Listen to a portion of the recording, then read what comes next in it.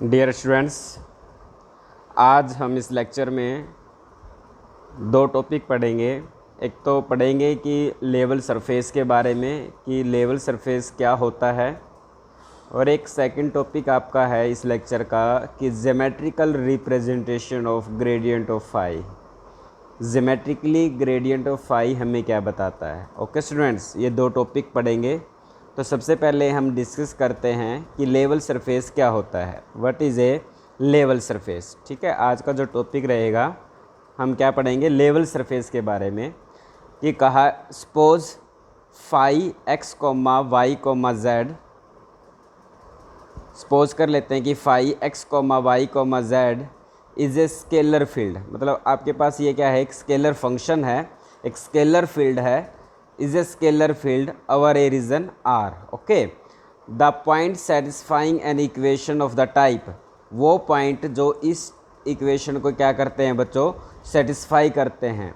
The point satisfying an equation of the type phi of x comma y comma z is equal to C constitute a level surface in 3 dimensional space. समझ गए बच्चों, वो point मतलब आप इस phi के अंदर x Y Z की वैल्यू पुट करते रहो और हर बार आपको वैल्यू क्या मिलती हो बच्चों, सी मिलती हो। आपने एक्स वाई जेड की जगह पर x1 y1 z1 कोई भी पॉइंट रखा, माना कि आपने 1 2 3 रखा और वैल्यू क्या आ जाए, सी आ जाए। फिर आप पॉइंट चेंज करते हो, फिर पॉइंट रखा आपने 2 3 4 और तब भी वैल्यू क्या आती है, सी है। तो इस तरह का जो सरफेस होगा, that surface is called the level surface. तो level surface is that's, level surface वो सरफेस है at each point on it, जिसके at each point on it, उसके ऊपर हर एक पॉइंट पर फंक्शन की वैल्यू क्या रहती है बच्चों, सी, मतलब कांस्टेंट रहे। ओके, समझ में आया ना। What is the definition of level surface. Level surface is that at each point on it, उस सरफेस के हर एक पॉइंट पर value phi of x comma y comma z has the same value C. Okay, आप इस level surface को एक example की से समझ लेते हैं। मान लिया कि आपने ये माना कि x square plus y square plus z square is equal to 1 दे दिया। ओके, आप क्या समझ लो कि जो five x square plus y square plus z square वो किसके इक्वल है, phi of x comma y comma z के इक्वल है। ओके, और जो सी का काम है वो किससे ले रहे हैं बच्चों, 1 से ले रहे हैं। समझ गए। तो phi of x comma y comma z का काम तो किससे ले रहे हैं, x square plus y square plus z square से, और सी का काम किससे ले रहे हैं, 1 से। ओके, समझ गए ना। तो और आपको ये भी पता है, ये जो इक्वेशन है x square plus y square plus z square is equal to 1, ये किसकी इक्वेशन होती है बच्चों, it is the equation of a sphere. ठीक है, ये किसकी इक्वेशन होती है, एक सफियर की इक्वेशन होती है। ओके, तो इस सफियर की बाउंड्री पे आप यहाँ कोई भी पॉइंट है यहाँ पर, ठीक है, ये वैल्यू पुट करोगे इस बाउंड्री पे, तो आपके पास एक्स वाई जेड की वैल्यू पुट करने के बाद क्या मिलेगा आपको, 1 आएगा, क्योंकि ये सफियर की इक्वेशन है। तो सफियर की इक्वेशन है तो इस सफियर का हर एक पॉइंट, इस सफियर का हर एक पॉइंट क्या करेगा, इस इक्वेशन को क्या करेगा बच्चों, सेटिस्फाई करेगा ना। तो यहाँ कोई भी पॉइंट है वो पुट करोगे इस x square plus y square plus z square में, तो वैल्यू क्या मिलेगी आपको, 1 ही तो मिलेगी, क्योंकि ये क्या है, बाउंड्री ऑफ द सफियर, और बाउंड्री ऑफ द सफियर कह लो या, ठीक है। तो इसके ऊपर जितने भी पॉइंट होंगे, सफियर के ऊपर जितने भी पॉइंट होंगे वो सारे क्या करेंगे बच्चों, सफियर की इक्वेशन को सेटिस्फाई करेंगे ना। तो इसलिए ये जो सरफेस है, that surface is called the level surface. Okay students, okay. तो नेक्स्ट टॉपिक आपके पास क्या है बच्चों, आज का है geometrical representation of scalar point function, sorry gradient. ठीक है, नेक्स्ट टॉपिक आपके पास क्या है, geometrical representation of gradient of phi.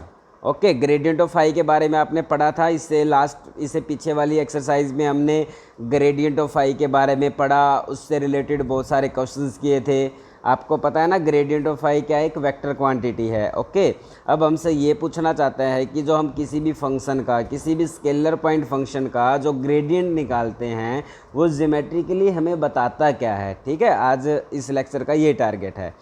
तो इसको आप एक थ्योरम के रूप में भी पूछा जा सकता है कि show that gradient of phi, जो ग्रेडियंट ऑफ फाई क्या होता है, is normal to the surface phi of x comma y comma z is equal to c, और जहाँ पर सी का है एक कांस्टेंट है। ओके, मतलब जिस स्केलर पॉइंट फंक्शन का या जिस स्केलर फील्ड का मतलब phi of x comma y comma z is equal to c का मतलब किससे है बच्चों, लेवल सरफेस है। ये क्या आपके पास एक लेवल सरफेस है, जिस लेवल सरफेस का आप ग्रेडियंट निकालते हैं, जिस लेवल सरफेस का आप क्या निकालते हैं, ग्रेडियंट निकालते हैं, तो वो ग्रेडियंट उस लेवल सरफेस के ऊपर क्या होता है बच्चों, नॉर्मल होता है। ये बात हमें डिस्कस करनी है कि gradient of phi is normal to the surface. Surface कैसा है, लेवल सरफेस है, where C is any constant. Okay, इसका प्रूफ देखते हैं। आपने देखा लेट द सरफेस, हमने इस सरफेस का नाम रख लिया phi of x comma y comma z is equal to c, और आपको पता है इस टाइप का जो सरफेस होता है वो उसको क्या बोलते हैं, हम लेवल सरफेस बोलते हैं। ठीक है, सपोज कर लिया, ये आपने मान लिया कि जो ये क्या क्या रिप्रेजेंट कर रहा है, एक लेवल सरफेस को रिप्रेजेंट कर रहा है। ठीक है, okay, that represent the level surface. Suppose कर लिया P x comma y comma z is any point on that surface, हमने यहाँ पर एक पॉइंट पी मान लिया जो इस सरफेस के ऊपर क्या कर रहा है बच्चों, लाई कर रहा है। ठीक है, ओ हमने यहाँ पर क्या मान लिया, ओरिजन मान लिया, ओ बी द ओरिजन, ओ से पी को मीट करते हैं तो हमने क्या मान लिया, इसको आर वेक्टर मान लिया। ठीक है, let R vector be the position of P. ठीक है, आर वेक्टर क्या रिप्रेजेंट करता है, position vector of P, position vector from the origin से। तो आर वेक्टर क्या बन जाएगा आपके पास बच्चों, वेक्टर फॉर्म की बात करें तो आर वेक्टर को हम क्या लिखेंगे, x i plus Y j plus Z के। वैसे तो क्या बनेगा, ओरिजन के कंपोनेंट क्या होंगे आपके पास बच्चों, 0 0 और 0, और ओ टू पी वैक्टर है आपके पास, क्या है, O to P vector. O to P vector के कोऑर्डिनेट्स क्या बनेंगे बच्चों, एक्स माइनस 0, ठीक है ना, x माइनस 0 के साथ आई प्लस y माइनस 0 के साथ j और z माइनस 0 के साथ k। ठीक है, आपको ये पता है कैसे वेक्टर के कंपोनेंट हम फाइंड आउट करते हैं। यहाँ तक बात समझ में आई। आपने क्या किया, एक लेवल सरफेस माना phi of x comma y comma z, ये जो रिप्रेजेंट कर रहा है, ये किसको रिप्रेजेंट कर रहा है, लेवल सरफेस को। आपने इसके ऊपर एक पॉइंट P मान लिया जिसके कंपोनेंट कोऑर्डिनेट मान लिया x comma y comma z, और वेक्टर फॉर्म में ये आर वेक्टर है, और आर वेक्टर में एक्चुअल में आपके पास किसको रिप्रेजेंट करता है, OP वेक्टर को रिप्रेजेंट कर रहा है। क्लियर है, ओके। और अब आपने क्या कंसीडर किया है कि इस P पॉइंट के नेबरहुड में एक अनदर पॉइंट ले लिया Q, neighbouring point. Let Q be the neighbouring point of P। Suppose कर लेते हैं Q x plus delta x, y plus delta y, z plus delta z be a neighbouring point on the surface. इस surface के ऊपर एक neighbouring point मान लिया, और इस पॉइंट के जो कोऑर्डिनेट हैं, क्यू पॉइंट जो आपने माना है वो उसके कोऑर्डिनेट मान लिया आपने एक्स प्लस डेल्टा एक्स, मतलब change in x, delta x delta y और delta z represent the change in x y and z axis, change in x y and z component. Okay, अब आपने क्या किया, O to Q को meet कर दिया, और इसका नाम हमने क्या दे दिया, ये वेक्टर जो बना इस वेक्टर को नाम दे दिया हमने आर प्लस में डेल्टा आर वेक्टर। क्लियर है, तो therefore R plus delta R vector actual में किसको रिप्रेजेंट कर रहा है, आर प्लस डेल्टा आर का मतलब है ओ क्यू वैक्टर से। ठीक है, ओ क्यू वैक्टर बना दिया। ठीक है, ओके।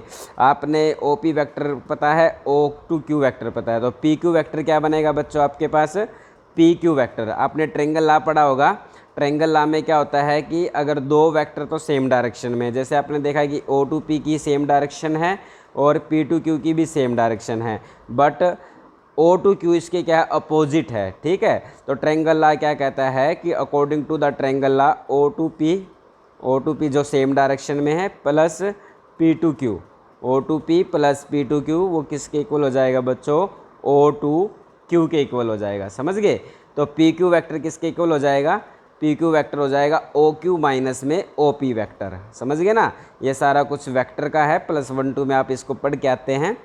तो पी क्यू वैक्टर को हम क्या लिख सकते हैं, P Q vector is equal to O Q vector minus O P vector, और ओ क्यू वैक्टर आपका आर प्लस डेल्टा आर है और ओ पी वैक्टर आपका क्या है, आर वैक्टर है। ओके, तो R plus delta R vector, ये आपके पास आर प्लस डेल्टा आर की वैल्यू है, ये आपके पास आर वेक्टर की वैल्यू है। तो आर प्लस डेल्टा आर में से आर वेक्टर को माइनस करेंगे तो आपके पास डेल्टा आर आ जाएगा, और डेल्टा आर आपके पास है क्या, delta x i plus delta y j plus में डेल्टा जेड के। यहाँ तक समझ में आया?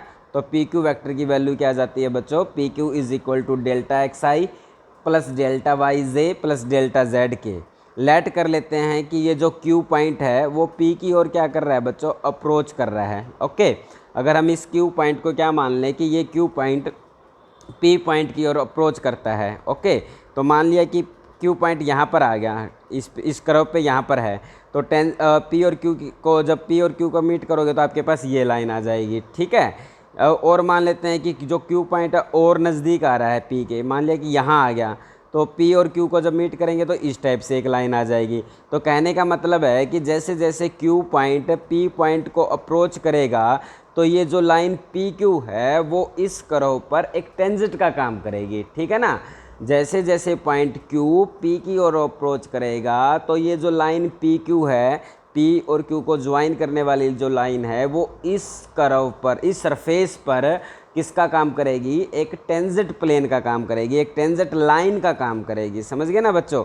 तो ये बात हम डेरिवेटिव में भी डिस्कस करते हैं कि जब d y by d x लिखते हो आप, delta x goes to zero लिखते हैं, समझ गए ना? तो उसमें d y by d x को आप क्या बोलते हैं? स्लोप बोलते हैं। स्लोप, स्लोप का मतलब किससे होता है? टेंजेंट से है।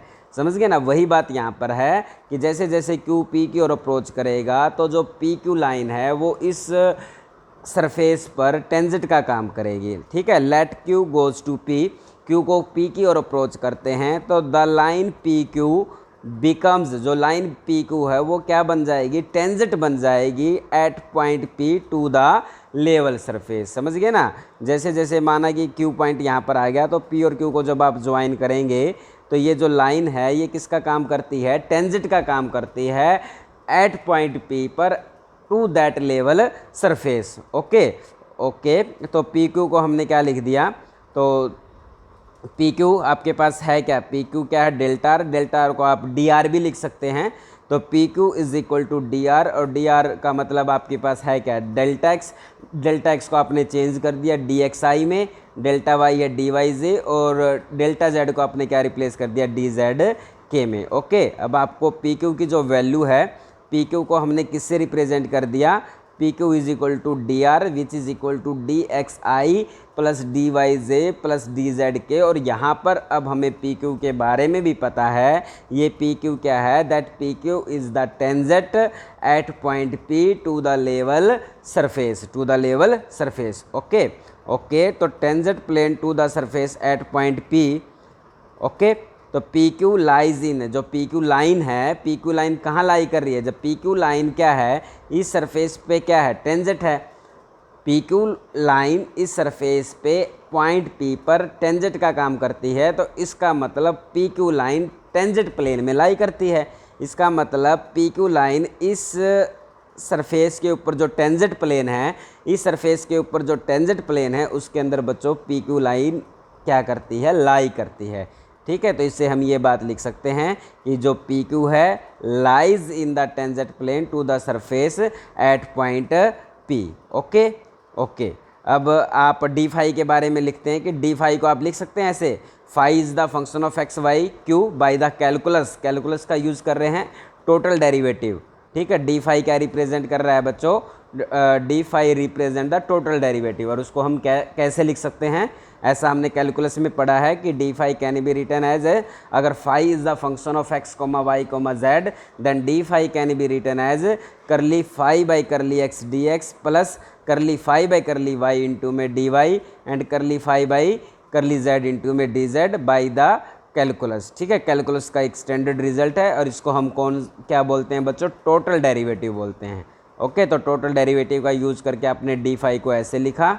ओके, और आगे देखते हैं। तो डी फाई है, तो जो आपके पास क्या टर्म थी?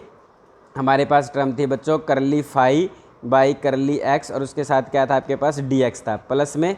फिर आप नेक्स्ट टर्म क्या थी आपके पास? करली फाई बाई करली वाई, और उसके साथ क्या है बच्चों? डी वाई चल रहा है, और प्लस में क्या था? करली फाई बाई करली जेड, और इसके साथ क्या चल रहा था? D Z. ओके, इन टर्मों को आप वेक्टर की फॉर्म में भी लिख सकते हैं। आप इसको ऐसे एक्सप्रेस कर सकते हैं, आई कैप के साथ curly phi by curly x plus j cap के साथ curly phi by curly y और के कैप के साथ curly phi by curly Z, और ये लिख दिया D x i plus d y J D y J cap और डी जेड कैप। ठीक है, अगर आप इन दोनों के बच्चों डॉट प्रोडक्ट करोगे तो आई वाली टर्म की किसके साथ होगी, आई के साथ, तो क्या बनेगा curly phi by curly x d x, ये वाली टर्म मैच होगी ना, समझ रहे हो ना। इसी टाइप से जब आप जे कैप वाली को जे कैप वाली के साथ मैच करोगे, मल्टीप्लाई करोगे, डॉट प्रोडक्ट करेंगे, तो आपके पास आएगा curly phi by curly y और d y, curly phi by curly y d y, समझ गए ना। तो इसका मतलब ये जो ऊपर वाली टर्म है, ये जो टर्म है, इस टर्म को हम इस फॉर्म में लिख सकते हैं। ओके, तो जो फर्स्ट ब्रैकेट है वो क्या रिप्रेजेंट करती है बच्चों, ग्रेडियंट ऑफ फाई को, और लास्ट जो ब्रैकेट है वो किसके इक्वल है आपके पास बच्चों, डी आर के इक्वल है। ओके, तो हमने क्या दिखाया कि d phi is equal to gradient of phi dot में डेल्टा आर। हमने दिखाया कि डी फाई किसके इक्वल आ जाता है, ग्रेडियंट ऑफ फाई डॉट में डी आर। ओके, और लेकिन फाई किसके इक्वल है, फाई आपके पास है क्या बच्चों, फाई तो आपने माना था ना, phi of x comma y comma z is equal to c, मतलब फाई इज ए कॉन्स्टेंट। अगर फाई सी के इक्वल है, कॉन्स्टेंट के इक्वल है, तो आप बताओ डी फाई की वैल्यू क्या आ जाएगी आपके पास, डी फाई तो जीरो बन जाएगा। तो as phi of x comma y comma z is constant, अगर phi of x comma y comma z constant है तो डी फाई को क्या होना पड़ेगा बच्चों, जीरो होना पड़ेगा। क्लियर है, तो डी फाई हमारे पास क्या आ जाता है बच्चों, जीरो आ जाता है, समझ गए ना। तो डी फाई जीरो आया तो इसका मतलब क्या हो जाएगा कि gradient of phi dot d r, gradient of phi dot d r is equal to zero, मतलब दो वेक्टर की डॉट प्रोडक्ट जीरो है, तो इसका मतलब gradient of phi and d r are perpendicular to each other. Okay, अब यहाँ से हमने क्या देखा कि जो ग्रेडियंट ऑफ फाई है और जो डी आर है वो एक दूसरे के ऊपर बच्चों क्या है, परपेंडिकुलर टू ईच अदर हैं। अब बताइए कि डी आर है क्या, डी आर क्या है, डी आर के बारे में अभी आपने डिस्कस किया था कि जो डी आर है वो आपके पास किसके इक्वल है, पी क्यू के इक्वल है। ठीक है, पी क्यू लाइन के इक्वल है, और ये लाइन कहाँ लाई करती है, टेंजेंट प्लेन पे लाई करती है। पी क्यू किस में लाइन करता है, मतलब डी आर वैक्टर किस में लाई करता है, टेंजेंट प्लेन में। तो और टेंजेंट प्लेन के परपेंडिकुलर कौन है, डेल्टा फाई है बच्चों। डी आर तो टेंजेंट प्लेन में लाई करता है, बट इसके परपेंडिकुलर है डेल्टा फाई, तो इसका मतलब डेल्टा फाई क्या होगा, इसके नॉर्मल होगा, तभी तो वो एक दूसरे के परपेंडिकुलर होंगे, समझ गए ना। तो यही लिखा है कि vector delta phi is perpendicular to d r, तो जो डेल्टा फाई वेक्टर है वो डी आर वेक्टर के परपेंडिकुलर है, क्योंकि इनकी डॉट प्रोडक्ट जीरो आ जाती है। ठीक है, और जो डी आर वेक्टर है वो कहाँ पर लाई करता है बच्चों, विच लाई इन द टेंजेंट प्लेन, ये हमने डिस्कस कर चुके हैं पहले। तो इसका मतलब ग्रेडियंट ऑफ फाई कहाँ होगा, तो मान लिया कि ये कोई भी कर्व था, ठीक है, ये इसका टेंजेंट प्लेन मान लिया कि यह इसका क्या है बच्चों, टेंजेंट प्लेन है, इसमें पी क्यू लाई करता है, तो और डेल्टा फाई इसके परपेंडिकुलर है, डेल्टा फाई इसके परपेंडिकुलर, तो डेल्टा फाई कहाँ होगा, नॉर्मल प्लेन में होगा। इसलिए हम कह सकते हैं कि gradient of phi is normal to the surface phi x comma y comma z is equal to c. Okay बच्चों, तो आपने क्या देखा कि ज्योमेट्रिकली ग्रेडियंट ऑफ फाई हमें क्या बताता है, ग्रेडियंट ऑफ फाई ज्योमेट्रिकली हमें बताता है कि it is normal to that surface, जिस सरफेस का हम ग्रेडियंट निकालते हैं, ग्रेडियंट ऑफ फाई हमेशा उस सरफेस के नॉर्मल होता है। Okay students, bye.